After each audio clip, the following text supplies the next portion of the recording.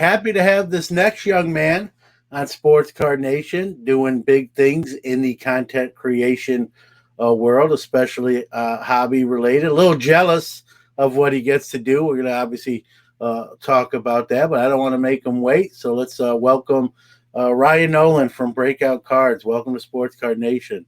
Hey, thanks, John, for having me on. I really appreciate it.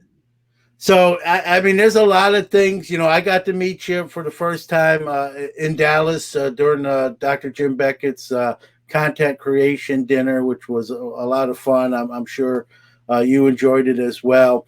And then you turned the tables on me with your video log in Chicago at the National, which you do a great job with that thing as you go around the country like a jet setter. And we're going to talk about that. But before we get in there, into that, I want to talk about, number one, when anyone sees your name, they say Ryan Nolan. And, I thought even like, hey, Nolan Ryan. And you're actually named after Nolan Ryan. That's actually true. Correct. So, yeah, go ahead. Yeah, so my dad is a huge baseball fan, or I should say my family was in general. And obviously having the last name Nolan, they used the opportunity to name me Ryan Nolan, the opposite of Nolan Ryan. So it worked out with that one. And played baseball growing up, and I collected cards. So it felt perfect fit. So you were indoctrinated, and I also know your dad owned a card store as well. Yeah, so he owned a card store in the 90s down in Dunedin, Florida. Funny enough, I've had a few subscribers said they've actually shopped at that store before, and one sent me a few pictures as well. I'd have to load them up, but they were like, yeah, I shopped at your dad's store. I picked up some vintage cards back then. And a crazy story from this, my dad thinks the one guy who just recently died, who had that insane collection, shopped at his store a few times, because it's like there's a doctor in the Florida area that would always come by and look for the best mint cards and always buy them. And since he was in Dunedin, he was right next to Clearwater where that doctor lived. So he was thinking he was the same exact guy that went into the shop all the time looking for the best cards possible. Yeah, Dr. Newman was his name. Coincidentally, I'm not related. Unfortunately, I'd probably say, based on that collection, which is millions, and currently some of it's already sold via auction, and some of it's still yet to get go on auction. So, yeah, incredible collection and kind of a neat connection that maybe some of those cards came out of your dad's store. Now, I lived in Fort Lauderdale, Florida myself, and so I made the spring training circuit as a huge baseball guy myself. With Dunedin, if my memory serves me right, was the home of the Blue Jays in spring training. Correct. Yeah, and they played professionally this year too. So I was lucky enough to go there for the first ever MLB game in Dunedin, Florida. It was awesome. That's cool. And now they're back in Toronto, but then from Dunedin, they didn't go too far from me here in Syracuse. They played some of their home games over in Buffalo, which is only about a 2.5 hour drive. I didn't get to any of the games, but I did think about it. If the Mets would have been there, I probably would have maybe made the trek. But it entered my mind just to catch a major league game kind of close to home. So. But man, I'll let you know. So you were really indoctrinated into the sports cards probably from a young age. I know you went to school. I mean, kind of give a little bit of your college background and what you're, what you majored in and that sort of thing. Yeah, so I went to college at the University of Central Florida. I ended up getting a scholarship there, so I ended up choosing that as a school. And after that, I ended up going with electrical engineering degree and graduated in 4 years with that. And then after school, I tried doing a startup. Me and a few other friends, we were going to do some online marketing. And I thought I was going to be one of those entrepreneurs that would be successful right away. And I realized there's a lot more skills that were needed and a lot more experience. And unfortunately, I started running out of cash funds for that. And I decided to do a full-time job. And now I'm a full-time data analyst at a tax company. So I do that every day from 8 to 5, Monday through Friday. And then when I get home, I edit videos. So when you see these card show videos that I post, I'll go to a card show, fly out and fly back in Sunday night. I'll edit till like 2 or 3 o'clock in the morning, go to work the next day, edit again till 2 or 3 o'clock in the morning to try to get these videos out. I got to ask you, I mean, how many Red Bulls or Monsters are you drinking? That's crazy. Yeah, I don't remember the energy drink on top of my head. There's one that's like 0 calories and it's really, really good. It's not a Red Bull or Monster. It's actually a healthy one. But I do drink those in the morning and it helps a lot. But at night, I don't drink energy drinks because I need to sleep at least for a few hours. So again, I'm going to get into that content creation that you do such a great job of it. You went to UCF. Did anything you do in college? I know you said electrical engineering. Did anything you do in college sort of give you an advantage? Can you point to anything? Was this something maybe in the back of your mind, or honestly, not at that time?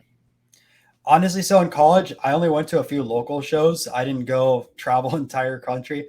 I still bought cards on eBay mostly. Funny enough, I bought mostly modern on eBay, even though I collected vintage cards. The hard part with eBay and buying vintage cards on there is you just don't know with alterations, and then Yeah. images look too nice and the cards aren't as nice. So for when I buy vintage cards back then, my mindset's a little changed a little bit now, but I'd prefer just to buy modern on eBay or any of the websites and then go at shows in person and analyze cards for vintage, because vintage was my main PC at the time, and just had fun with that. And luckily in Florida, there's a bunch of really, really good vintage dealers that would bring hundreds and hundreds of cards. One mistake that I did back in college and even before is I always avoided graded cards and avoided pre-war. I always thought the assumption was since it's pre-war really, really old, I thought it was so expensive. So anytime I saw tobacco cards or anything like that, I never asked about the prices because I just had that assumption in my mind. Oh, these are so expensive. And my dad brought me up on collecting cards from 50s through the 70s mostly. So that's kind of like the wheelhouse I stayed at for a very, very long time. And then I didn't really focus on graded cards because my whole assumption on it was, oh, you can buy a card raw, you can get it cheaper than it costs to buy a graded card, and you can still find decent cards. And this was years ago before everyone started bulk submitting. PSA, you could get back cards in just a month or two.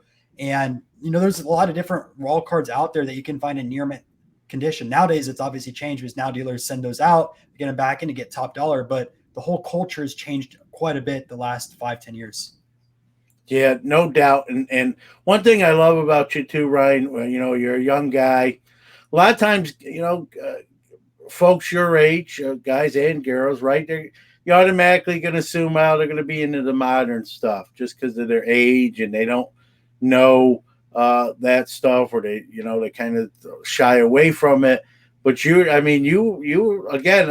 I'm going to ask you. I'm guessing you just mentioned your dad sort of ingrained upon you, and you are into the vintage and even in eclectic, where I know you do boxing cards. I do a little bit of that myself, and cricket as well. Just talk about that dynamic. If it was your dad's influence, how did someone young you kind of see vintage even before? Like a lot of people getting into it now, just because they're seeing how good it is, and how it's not as prevalent as all these shiny new things that we see uh, very often. You did that before it was cool to do it. Kind of speak to how that all happened for you. Sure. Yeah. So since my dad owned a card shop in the 90s, he experienced the junk wax era.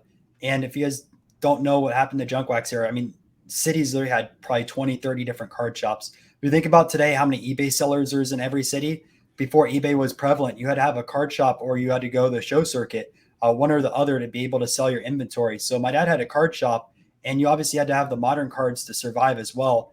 And back then, you would have cards like Jose Canseco that'd be $50 or $100, and all these other stars. And overnight, those cards would drop down in price, just because of how many were printed. And the hobby slowly started dying at that point. I mean, it got revitalized, obviously, probably in the 2000s and 2010s, really quite a bit. But back then, the hobby kind of imploded on itself.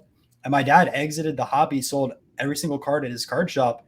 And he always preached that to me. He's like, look, 50s and through 70s, these cards weren't printed a lot. People are always going to want to get a Mickey Mantle card, a Willie Mays card, Pete Rose, Charlie Hustle, right? People want these type of cards. These are legendary players. You can always chase after the same exact top prospect year after year, but how many of those prospects are going to pan out? They never do. And sure, you're going to miss a few players. You might miss a Mike Trout, or you might miss a Mookie Betts, or a Juan Soto, or an Acuna. But if you invest in every single top prospect, you're going to lose a ton of money. And the thing is also, is a player might be really good right now. They still have a second half of their career after the age of 30. Look how many players have done extremely well their first 5 or 6 seasons, and they fell off because whether it's injuries, whether it's just they can't perform at the same level, or any other freak accident that can happen. Are you better off getting a legend for maybe a little bit more? Depends on obviously the grade and condition, everything like that. Or do you want to take a gamble on a prospect, hoping that they become this legend, and the pop report on the newer card is much higher than that older card? So from that assumption and that standpoint, I would rather go with the vintage side of things and start collecting these type of players rather than modern. I'm not saying to ignore modern, because you can find great opportunities there. Especially like when I started collecting, I always was going through the quarter boxes, the dollar boxes, and try to find players that dealers passed on that I think had good potential. Found a lot of great guys in there. So I'm not saying to ignore modern, but I'm saying look at the vintage guys and then compare it to the modern. What's the best value for your buck if you're going to spend a lot of money? Yeah, I agree across the board there too. To piggyback too off of that, Ryan, with that era of cards, the 50s, 60s, and 70s, they weren't viewed in the same way sports cards are now. We didn't have the supplies and the holders and the mag type. Many of those cards got thrown out, right? Kids went to college and the parents, well, he don't need these anymore. He's getting older. They're kids cards. And so many of those got destroyed. Besides not being as printed, maybe as much as modern days, is a lot that were in existence, wound up in landfills. And so it's a great point. You didn't have the supplies we do now. Then, my dad tells stories, the old age, stories, put them in your bike spokes, throwing them against the wall. And those cards obviously got, besides them destroying them themselves, then mom and dad threw them out after that as well. And so it's a great point. And I've always done both vintage and modern from having a store myself in the early 90s and staying with it. But I will say this, the last probably year, 2 years, I've really kind of shifted over and focused a lot more on the vintage side of things for the exact reasons we just discussed. And we're seeing, kudos to you kind of for doing it before it was trendy. You know what I mean? You kind of saw that move, saw that kind of coming ahead of time. But we are seeing a lot more younger folks doing it now, because they're reading the tea leaves and they're figuring it out as well. And it's nice. And I'm being an older guy in the hobby this long. I always say this, without that past, we wouldn't have what we have today. And I always try not to forget that, and stay active in those cards as well. Absolutely. And I was going to say too, just learning your history of cards, you're going to develop so many different traits on both building out a PC and then also kind of figuring out what are those cards that are undervalued, what cards do have long-term potential. And if anyone's going to vintage, study your history, learn about what Topps created first, what Bowman created first, the superstars in every single era, because you're going to start realizing traits and what ends up happening. And even like on the data side of things, people compare Juan Soto now to Mel Ott. And if you know Mel Ott, he has a 1933 Gaudi as his rookie card. Look how inexpensive Mel Ott is compared to Juan Soto cards. And don't get me wrong, I love Juan Soto. I think he's one of the best young players in the game. If you're going to throw money at anyone, I'd say Juan Soto is one of my guys. But at the same time, you have Mel Ott, a Lock Hall of Famer from a 1933 Gaudi set, which people spend buku money on the Babe Ruths, which they aren't his rookie, by the way. A lot of people think they're his rookie, and he has 4 cards in there. Mel Ott has only 2 cards in that set, very low pop. What's the better investment long term? A Juan Soto card that there's, I don't even know how many tens there is now, multiple thousands, or like a pop of a Mel Ott, which was probably less than 1,000 for each card individually. So if you're going to throw money at something, or do you guarantee Mel Ott, superstar, or to go on Juan Soto? And you learn about these type of things by going throughout the history and learn about all the different processes, all the different years and players. Yeah, another great point. These guys have done that. The book is closed. They're Hall of Famers. They have incredible stat lines, and that can't be taken away. I like Juan Soto too, but let's be realistic. And I'm not saying I obviously don't hope this happens, but God forbid, he goes out tomorrow and and tears his ACL, that could be never be the same player again. And obviously, you don't want that to happen, but that risk is always there with these bona fide Hall of Famers that they've done what they're going to do. They've reached that highest accomplishment with their Hall of Fame election, and they're great opportunities, like you brought out, like Mel Lockhart's in many cases, if not all, are a lot of times cheaper than the counterpart with Soto, who's in his third or fourth year of playing. So it's a great opportunity to not only learn too, but to get a great card and add it to your collection or your inventory. The other thing I like with vintage too, Ryan, I think you'll agree, is that generally, now there's a few exceptions, but generally with vintage, right, there was one rookie card. Correct. Bob Gibson's 1959 tops. Thurman Munson, 1970 top. You know what the rookie cards are. Yes, 1960 top. With the modern day, Luka Doncic has 600 different rookie cards, and so the waters are so muddied.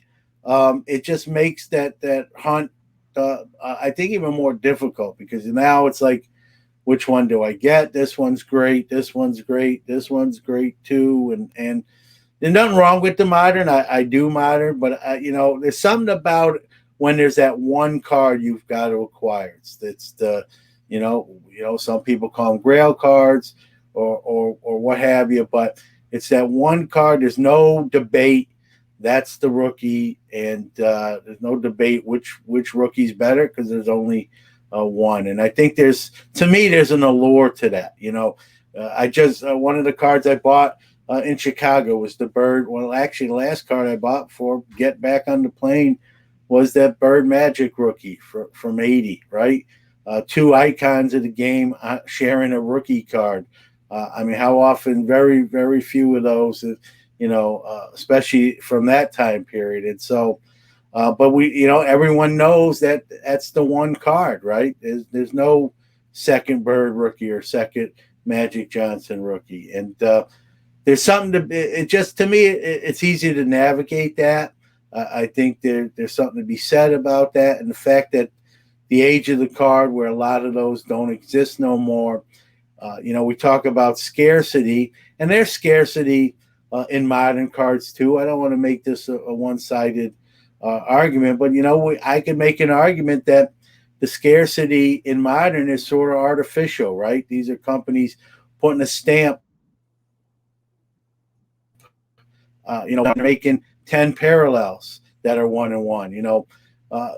There's sort of a simplistic to the vintage, where they didn't do a lot of parallels or anything. It's just the base card, and that's the rookie, and that's it. And makes it a lot easier to navigate. Not that I'm always looking for the easier way, but I just think when you put them up against each other and you look at it sort of that way, for me, especially being older too, the allures really leans that way, and even more so as I get older too. It's just as I go around, we're going to talk about this because you do the show circuit more than I do, but even going around to these shows and just looking at these cases, and there's some great cards, don't get me wrong, $1 million cases, if you will, but it's just so much shiny stuff, just so much of it. And then you look at some of the vintage, and there's enough of it, but it's just by walking that show floor what there's a lot less of and what there's a lot more of. It's comes very clear. And so, kind of your thoughts on that. Yeah, so I agree with most of it, with only the cards having, or only players having one specific card. Where that really gets muddy, though, is with pre-war cards, and especially with strip cards, because a lot of people can't date specific years on these cards. So sometimes when you go to websites like Trading Card Database, they have year ranges from, like, I'll give you an example. I picked up a Jack Dempsey card. I think it was a W528. It was either that or 529. Can't remember off the top of my head. But on the PSA slab on this card, they say it's a 1920 card. On SGC slab, they say it's a 1925. And then on trading card database, they say it's anywhere from like 1920 to 1931. Like no one knows what year this card was produced in. So when you're trying to source if this is a rookie card or not, Jack Dempsey had technically rookie cards in 1919, 1920, and also some people call his Champions card in 1922 as true rookie because it's more accessible for people and it has a definite date versus some of these strip cards. So when you go with specific cards like or specific players like Dempsey as a boxer, it kind of comes difficult with pre-war to really know what truly is his rookie because there really wasn't much documentation out there to determine when these strip cards were produced, when they were distributed, and things. So that's where it kind of gets a little bit muddy, and it's a little bit fun for me because I try to figure out, okay, I have the strip card now. Is this his rookie or not? I don't know. Okay, I have to chase after this card now. I have this card. Is Yeah. that considered a rookie? Look on forums. People say, no, this card is the true rookie. Then I have to pick up this card. It's like, okay, I have 3 or 4 different Jack Dempsey cards. Who is the true rookie card? I don't know. No, everyone argues over it, but I have all 4 cards now. I'm really happy about it. So it's a little bit of a lure in that type of chase, which I really like. Sure, and obviously there's a few different companies back then with all different tobacco companies producing cards, and it's a lot of fun with that. Now, It's almost. Oh, go ahead. Go ahead. okay, so that was the first one. And then the other thing with like the artificial scarcity and everything, like the limited editions, one thing I kind of like with the older cards, and I kind of view it as like today's limited editions, is the grading of them. So when I view an older card and it's like a PSA 8 or a PSA 9, I kind of view that as like a red refractor or a super refractor. You know, a PSA 10 of a card in the pre-war era or a PSA 9, a pre-war era card, there's only one, maybe these cards out there. That's my version of a super refractor out there of a great player. Yep. I'm not going to be able to afford that super refractor. I'm not going to be able to afford that 9.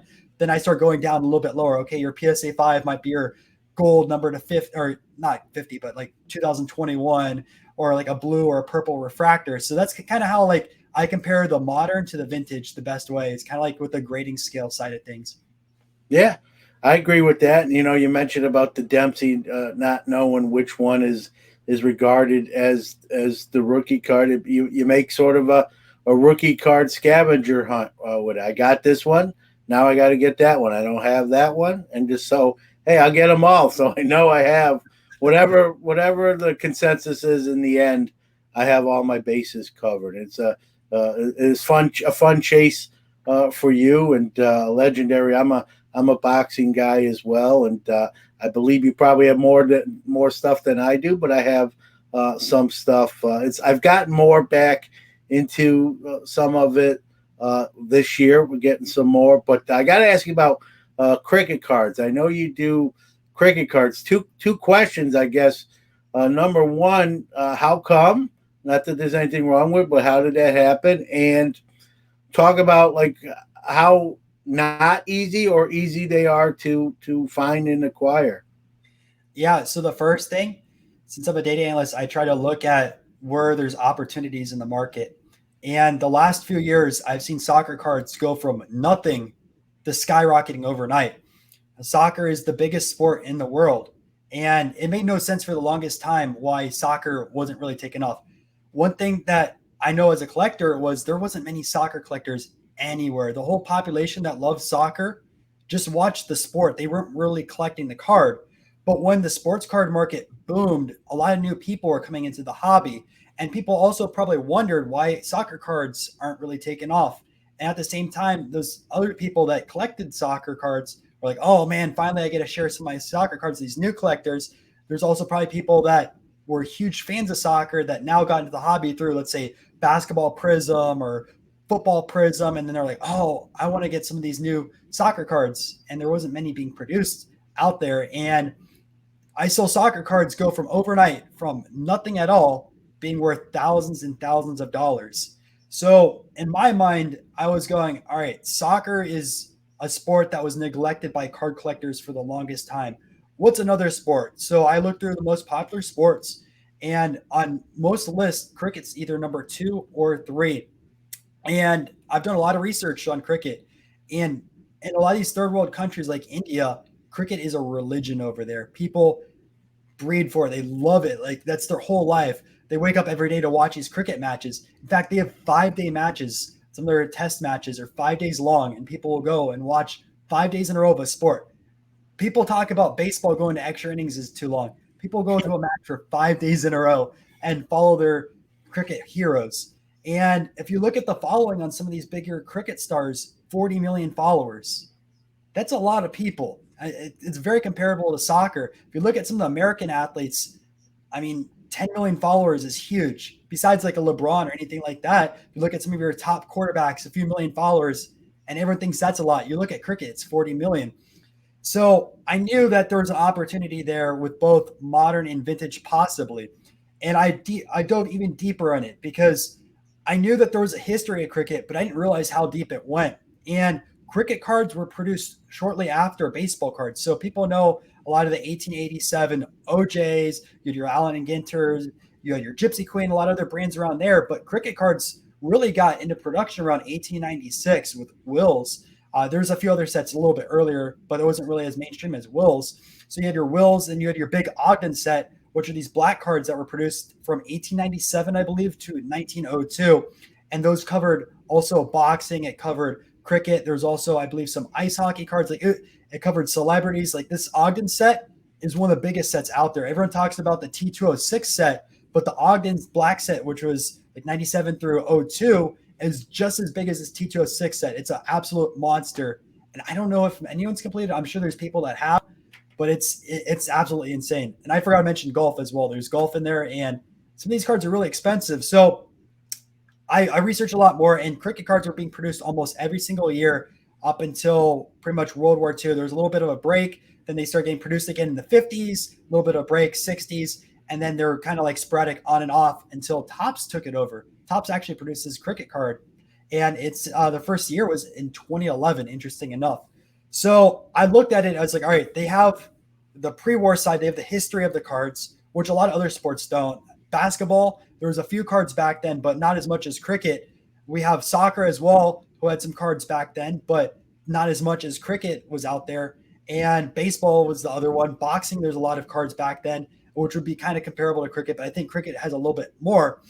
And I realized, all right, first we have the legacy of the cards that are there. We have the fan base of cards that are there. The only thing that is missing is the American collector. And I look back with soccer, the American collector wasn't there, but a lot of people were hoping that more Europeans got into the market. Now I watch a lot of YouTube videos. I've been noticing there's a lot more European YouTubers talking about soccer cards. So if these people watch cricket already in the United Kingdom, they're also watching, or I'm sorry, if they're watching soccer already in the United Kingdom, chances are they probably also watch cricket because that's their number 2 sport over there.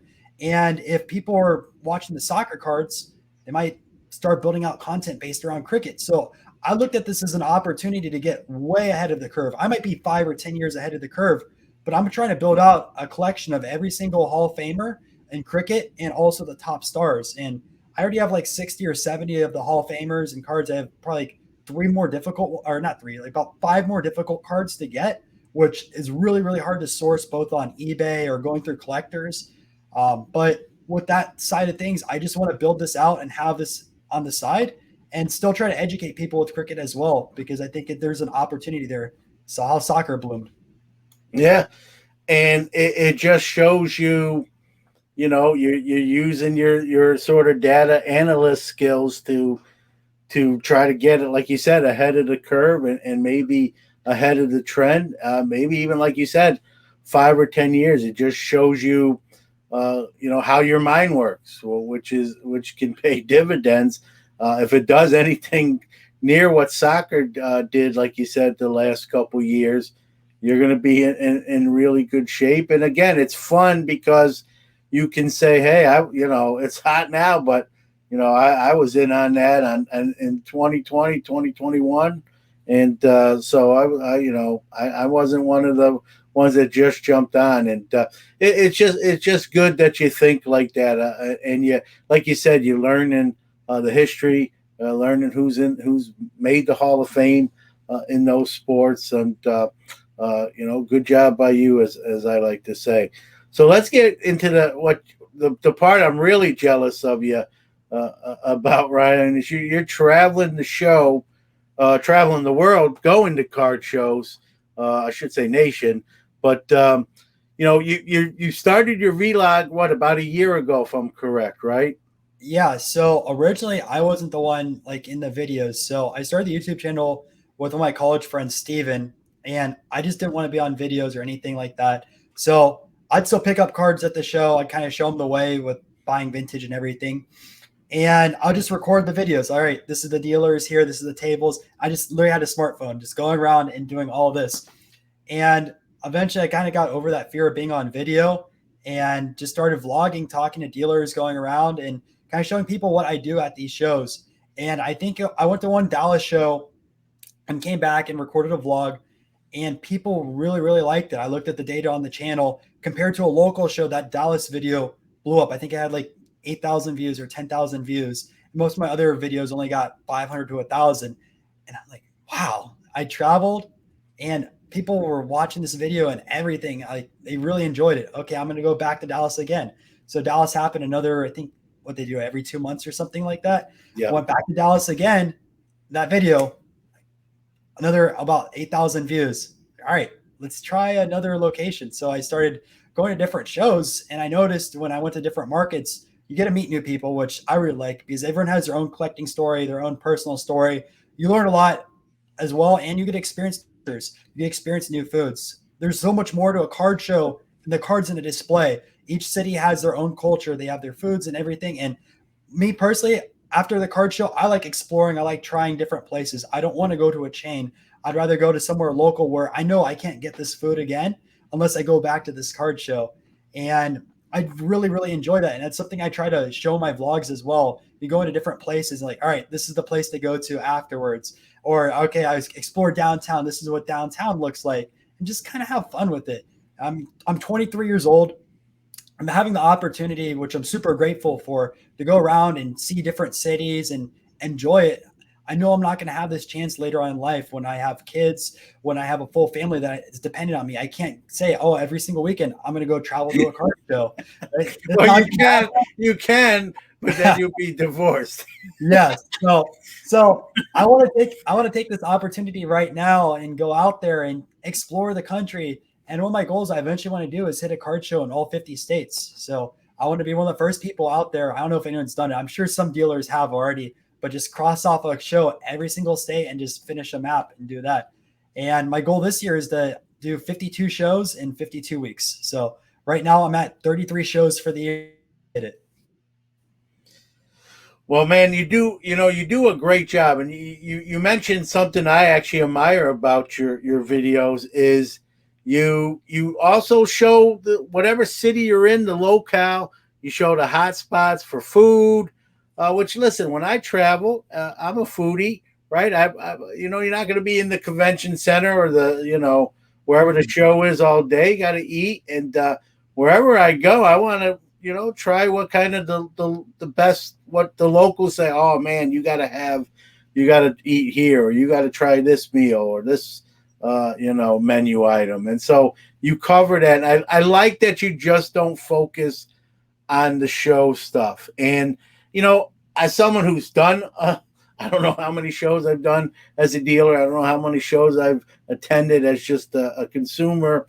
I mean, nothing wrong with that, but like I get the transaction stuff, and so I actually enjoy the stuff the way you do things outside the show venue and kind of encompass the whole thing as a package. And I think that's why I'm sure others feel the same way, which is why your vlogs taking off and doing so well. I mean, the show stuff is, I don't want to say it's not boring, but it's transactions and that's fun too, especially on some of the bigger cards and bigger deals you can capture. But it's everything the way you package everything together, I think, kind of sets you apart. I know I appreciate that more.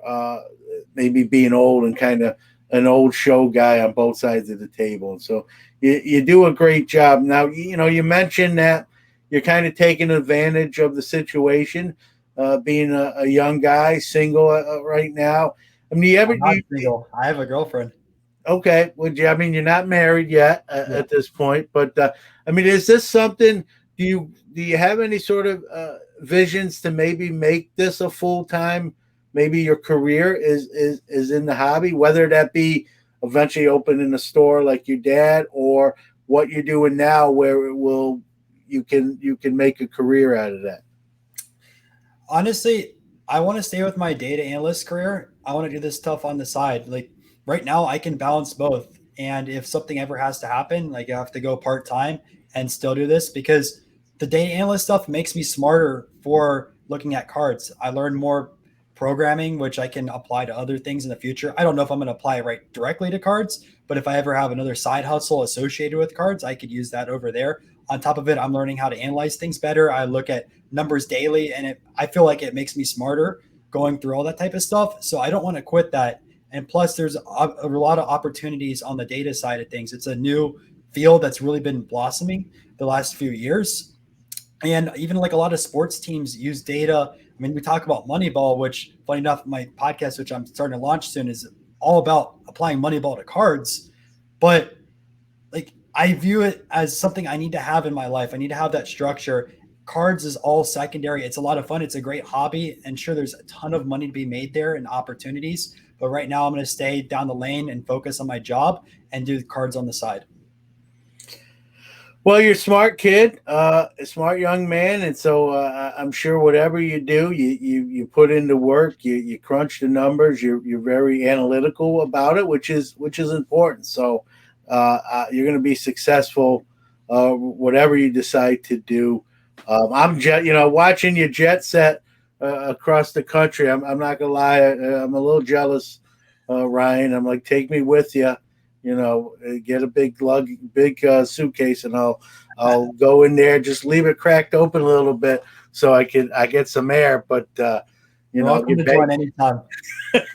but how now? You said you work Monday to Friday. I mean, are you leaving like right after work? You're going and then getting back, like you said, Sunday night, and then you're doing a lot of editing even after your day job's done. I mean, just talk about the difficulties with that. I know even recently you had some airline issues.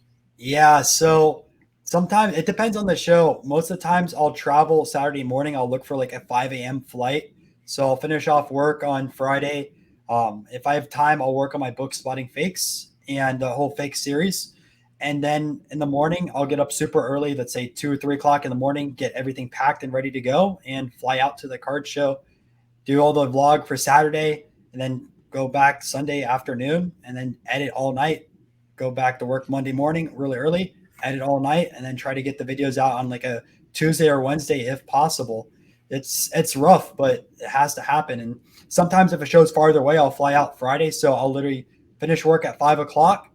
I'll have all my clothes on and I'll have to change at the airport. Or if I don't have time, I'll just have to have that clothes pretty much on there and fly away to the show. I haven't had that happen yet. I've changed at the airport, I think twice so far, but it just has to happen to be able to go to those shows. There's no other time for that. The hardest part, what I've noticed, at least from the card show side of things and doing this on the side, is I've kind of neglected running, which I used to do all the time. I used to be an ultra marathon runner and Wow. run quite a bit. Like I used to run 70 miles a week, but I found it's really, really tough managing that side of things as well as the card shows and also, work full time. And the past few months, I've really, really neglected on my running. And that's something I've been trying to fix recently and just get back into shape with that.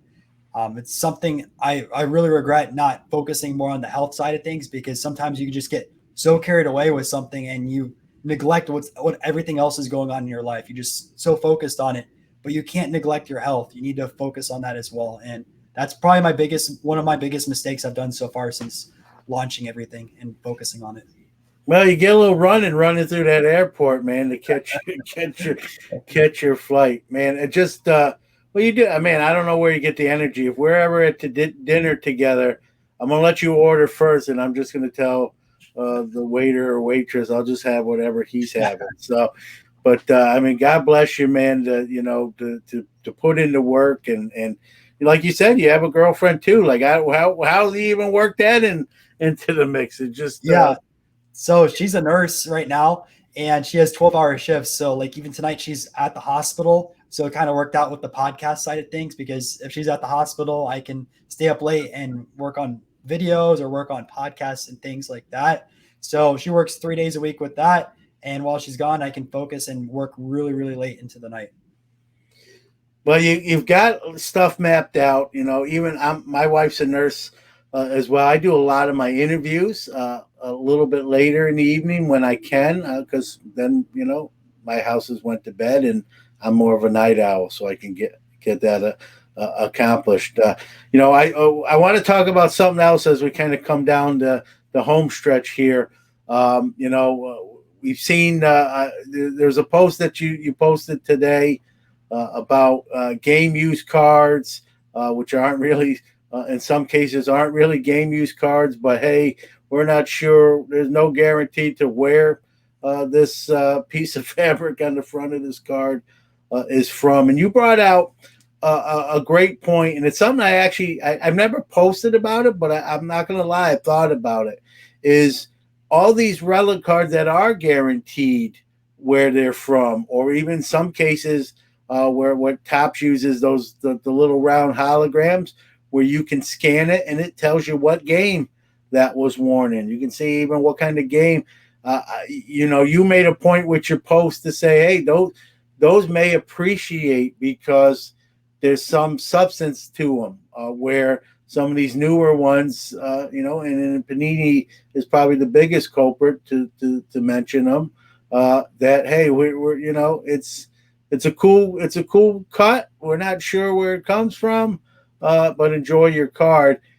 Your point was, hey, the ones that have that provenance that you can point to, hey, it was used during this game or during this season, and it was actually used in the game. They're stating as such. Those should have an appreciation and value. And when I saw that, I was nodding while reading it, like right on, because I've thought about that many times myself. Just kind of, your take on that.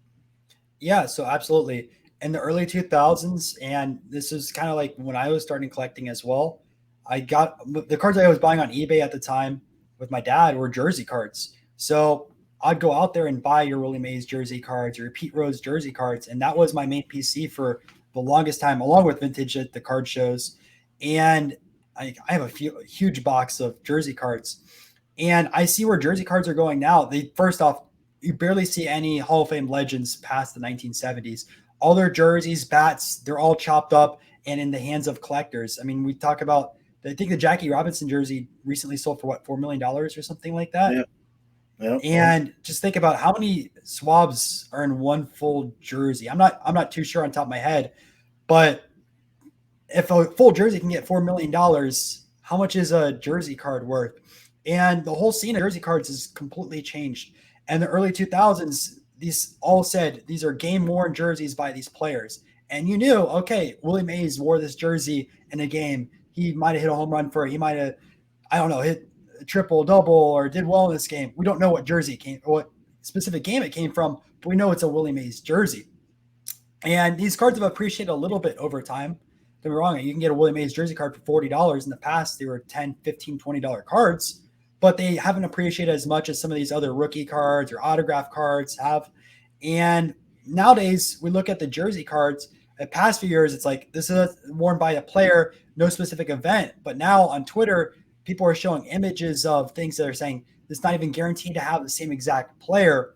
And what triggers in my mind is all these scandals in the mid to late 2000s where people started swabbing out the jerseys and would take a jersey swab on a nice card and put in a fake patch. What's the difference at this point? Instead of some scammer doing this in the 2000s, now we have the grading or the companies that are putting in the fake jersey cards, and people are spending huge monies for these jersey cards, which at the end of the day is now just a piece of cardboard with a signature on it because this jersey wasn't game used. This wasn't even worn by the player. And it's just something I fully disagree with. If you're going to put a jersey card in there, at least have it worn by the player. If it wasn't used in a specific game, I understand, right? Jersey cards are more expensive. But even on your high-end products, they should be coming from games. If someone's buying National Treasures, you're spending thousands of dollars on a box. You can't buy a game-used jersey of someone if you're going to charge $5,000 for a box. And I completely disagree with it. It's the same exact approach the scammers did in the 2000s. I'm not calling these companies scammers, but At the same time, everyone was in full outrage in the 2000s when people would take out the swabs. They're like, oh, this is a fake swab. The player never worn it, anything like that. It's all aesthetics. Now in 2021, the companies are doing it and people aren't raising a red flag about it. So, in my own opinion, and this might not be right or anything like that, I think these early 2000s jersey cards of Hall of Famers and legends are way undervalued compared to some of their autograph cards or some of these other cards that are coming out today, because there's only so many jerseys out there. There's so many pieces of memorabilia of these players, and those cards are the opportunity to be able to get a piece of that jersey. Yeah, I agree. I agree. And even uh, some of the Mickey Mantle stuff. You see some Mickey Mantle jerseys, and you look at the swatches on them, Ryan, and they look very new. And come to find out, what if it came to light that these newer jerseys you're seeing in Mantle and certain other guys, not just Mantle. Teams, the Yankees are known for doing it, especially in the eight, up until recently, would have an old timers game where these guys would come back and play an exhibition game. And so many of these new looking Mantle jerseys were from old timers day at Yankee Stadium, in the 70s and 80s. And so they weren't really worn in a official game, but they were game worn. It was just a old timers day at Yankee Stadium exhibition game. And, I guess it's the same. We see a lot of with some of the rookies that like at the rookie premiere, they'll put on a jersey or two jerseys or three jerseys. They're just sitting there, and then they pull them off, and then they cut them up and put them on cards. Again, it's just and now the term used is event worn. It was an event. They wore it. Same thing. We've seen different incarnations of that with sweater cards. The Christmas sweater card. They wore a goofy Christmas sweater. Take that off. Thank you. See you later. Get your check on the way out, and we'll cut that up, and it'll be in hoops. And so, yeah, I agree with you. I think some of the real jersey stuff that was used in real games that counted and mattered, I think there should be a premium. Like you said, we see what some of those jerseys are going for in the intact in the auction houses, like millions of dollars in many cases. And there's a lot of people, Ryan, I'm sure you've heard this, that think even cutting up those jerseys for jersey cards is sacrilegious. Like that thing should be left intact. I don't want jersey cards from. I don't want a Jackie. I'm a Jackie Robinson guy, right? I have Jackie Robinson jersey cards. I love them. But there's part of me that it's like a double-sided coin. Like I love owning that piece of history that sits on my desk, but then at the same time, I'm like, man, that's a whole jersey that got cut up. So, it's the half, the glass half full, half empty. But there's a lot of people who are completely against jersey card, especially, of the vintage players or the old timers. Like we should be preserving that history. And, I can see that point, honestly. While I'm glad to sort of own some of those cards, truth be told, I can see why someone would feel that way, because the thought has entered my mind. That's one less, or however many that they've kind of, I don't want to say destroyed, but cut up for those purposes. That's how many less jerseys that are available, preserved intact as a whole jersey, whether it be, for someone privately to own or for it to be on display, whether it be at the sports that they play Hall of Fame, or even maybe a local community Hall of Fame. It's one less available for people to come and sort of honor and pay their respects and see. And so that's a whole nother element to that, onion, a whole nother layer to that. I was going to agree with that. I mean, as a collector of cards, I'm very grateful for jersey cards, because the common guy can't go out there and spend $4 million on a Jackie Robinson jersey. Yeah. There's no way I could ever fathom spending $4 million on that. I don't have that capital. Now, I could spend $100 and get a little piece of Jackie Robinson's jersey, kind of like the fractional share companies, what they do with these big items, but this is actually like a physical version of it. So I'm appreciative that I can at least get a small piece of history preserved on cardboard and throw it in my collection with that. And as funny as it is, you know what this kind of reminds me of? A whole debate over card art right now. So people saw how Card Killer redesigned the 61 Fleer set and took the altered cards and turned them into new pieces of art. I'm sure there's a lot of people out there that absolutely hated this, but now we just created something brand new. It's its own own niche now, but these pieces are really, really cool. And I know that there's going to be debates over this now in the future. Oh, you're cutting up a vintage card. Is it really worth cutting that into a brand new piece of art, or is it worth preserving the authentic or a PSA 1 of this card? So it's the same debate, just in a new medium. Yeah, the only distinction I'll make there, Ryan, another great point you make there with that is, cards. There's even with the vintage cards, there's not necessarily a shortage of them unless it's one of those holy grail rare, cards of that vein. When we talk about current players, they wear a new jersey almost every game. They're wearing 4 or 5 jerseys a week, so there's really no shortage of jerseys in the vintage. If you know your sports history, Jackie Robinson, guys of those days would wear just a few jerseys a year. Man, I read something where maybe just maybe 8 jerseys, including road and away uniforms. Four of each a year. So there's obviously a lot less of that that generation of player compared to the modern generation, which is obviously why a Jackie Robinson jersey and others are bringing seven figures on the auction house market. And so, but again, it all goes back to your point, which is how we started this topic conversation, is that there should be probably a premium on those jersey cards for those actual game used, game worn jersey cards, especially when we put them up against these event worn or non-guaranteed worn jerseys. And I agree with you. If you tell me, I'm a Jackie Robinson guy, I have Jackie Robinson jerseys, but if you tell me, hey, these 3 are worn, somewhere between, 1947, 1950, and here's a Jackie Robinson jersey card where they took a replica jersey and they just put it in there and they say, which one would you rather have? I mean, the choice is obviously obvious, right? And the price should be reflected in that, But then again, they could make that replica jersey a 1-on-1 card, right? And now all of a sudden it becomes very, very expensive, and maybe even potentially more than the actual jersey card. And so many variables, but I like common sense. And to me, common sense says something that's real and actual should be worth more than something that's not real or actual. Absolutely. Well, Ryan, I appreciate you coming on. We're going to have you on again, man, because we could probably talk. We could talk another hour or 2 hours. I love what you're doing, man.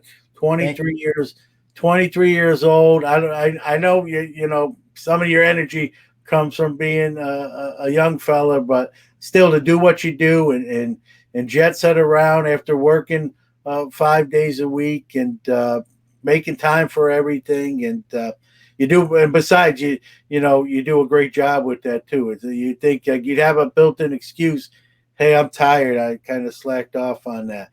Yet what you're doing is superb, and keep going. Again, I'll have to live vicariously through you as a 48-year-old guy, but I enjoy it. I think it's excellent, and it's the next best thing to actually being there is watching you cover it, and I'm looking forward to what's next. As I always do, whoever's my guest, I give them kind of the final word. Give out any or your social medias, your YouTube, where people can find what you're doing, anything you want to plug. Take your time.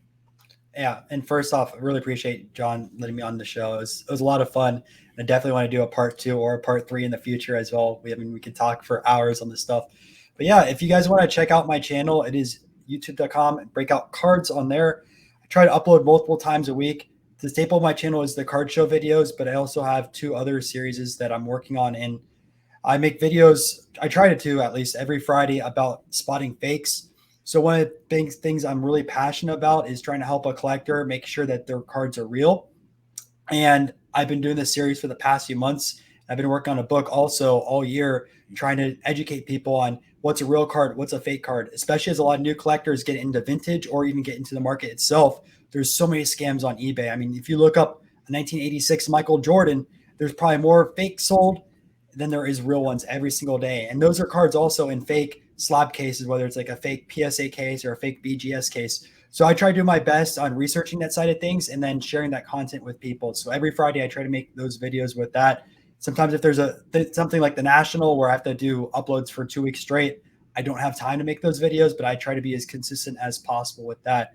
I also have another series which I've recently launched, is the Card Collector Reacts series, or Sports Card Collector Reacts. And I go out there and look at different collections YouTubers have and kind of go over the history of the cards and kind of explain why some of these cards are really, really awesome and talk about the history of it. And it's a really fun series as well, which I'm getting back into. So if you go to my channel, you can kind of expect those as pieces of content. I also have a Twitter and Instagram as well, which you can take a look at, Breakout Cards. And I try to stay super active with that. And yeah, those are the best places to reach out to me. If you want to reach out, email, it is breakoutsports3@gmail.com. And I try to help out as many people as possible. And I love traveling all these shows. So if you see me at a card show, try to talk to me. I love having conversations with leather collectors. Well, Ryan, I want to say, it comes out. I already knew this, but even talking to you tonight, you're an advocate for the hobby. You care. You care about your fellow hobbyists, which is why you do some of your content. Is geared to helping someone so they don't fall prey or fall into that trap, so to speak. And that speaks volumes about you, the person, you, the hobbyist. You could just make videos about shows, and those are great on their own. You're like you said, you're doing the book about spotting fakes. You want